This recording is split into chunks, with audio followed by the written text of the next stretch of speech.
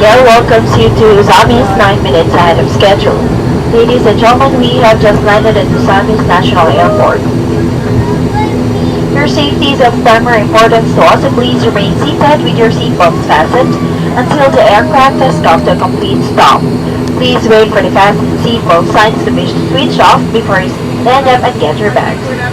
Exercise caution when opening the overhead bins as the items inside might have dislodged or shifted during aircraft movement.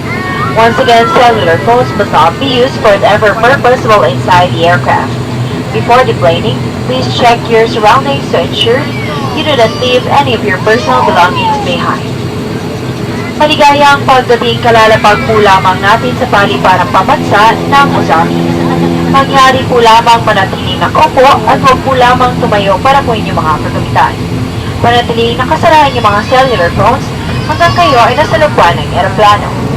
On behalf of your flight crew Captain Icano and First Officer Policarpio, with your in-flight cabin crew, now this is Natet thanking you for making Cebu Pacific your airline of choice. It was indeed a pleasure to have you all on board, and we do hope to see you again in one of your future flights with us.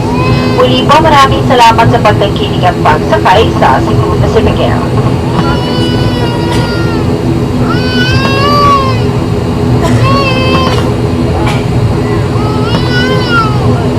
Once again, as a safety precaution, please wait for the fasten seatbelt signs to be switched off before you stand up and get your bags. Thank you.